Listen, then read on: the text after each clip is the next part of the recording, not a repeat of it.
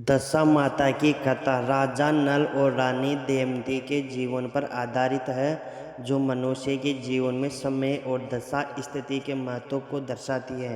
राजा नल और रानी दमयंती की कथा।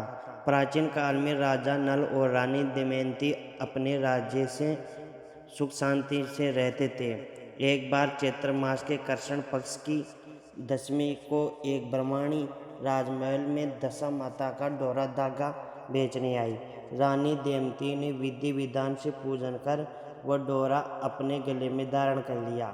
जब राजा नल ने रानी के गले में सूत का वह डोरा देखा तो उन्होंने इसे तुच्छ मानकर तोड़ दिया और जमीन पर फेंक दिया। रानी ने राजा को बहुत समझाया कि यह साक्षात दशा माता का आशीर्वाद है, लेकिन राजा ने इसे अंधविश्वास बताकर अपमानित किया।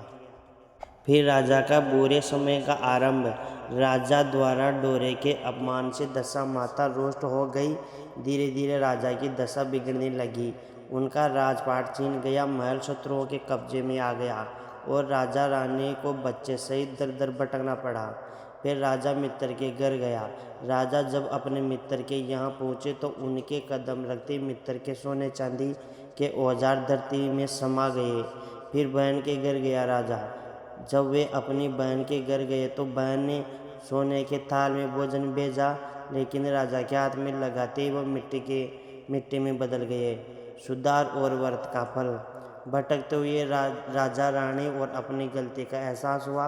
रानी दमयंती ने पुनः दशा माता का स्मरण किया और चैत्र कृष्ण दशमी को पूरे नियम और श्रद्धा के साथ दशा माता का व्रत किया। माता रानी उनकी भक्ति से प्रसन्न हुई और उन्हें ईश्वर में दर्शन देकर क्षमा किया।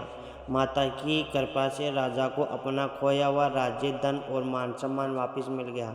राजा नल ने पूरे नगर में ढिंढोरा पिटवाया कि सभी लोग सुख समृद्धि के लिए दशा माता का व्रत करें। पूजा की विधि और महत्व। तिथि। यह व्रत प्रतिवर्ष चैत्र मास की कृष्ण पक्ष की दशमी को रखा जाता है। इसके नियम है: सुहागिन महिलाएं घर की दशा सुधारने के लिए कच्चे सूत का 10 गांठ वाला डोरा पहनती हैं और पीपल के वृक्ष की पूजा करती है। भोजन करने का समय। इस दिन एक समय बिना नमक का भोजन करने का विधान है। क्या आप इस वर्ष दशा माता की पूजा विधियाँ शुभ मुहूर्त के बारे में अधिक जानकारी चाहते हो तो नीचे कमेंट करें, और ऐसे कहानी सुनने के लिए इस चैनल को सब्सक्राइब, लाइक, कमेंट में जय माता दी जरूर लिखें।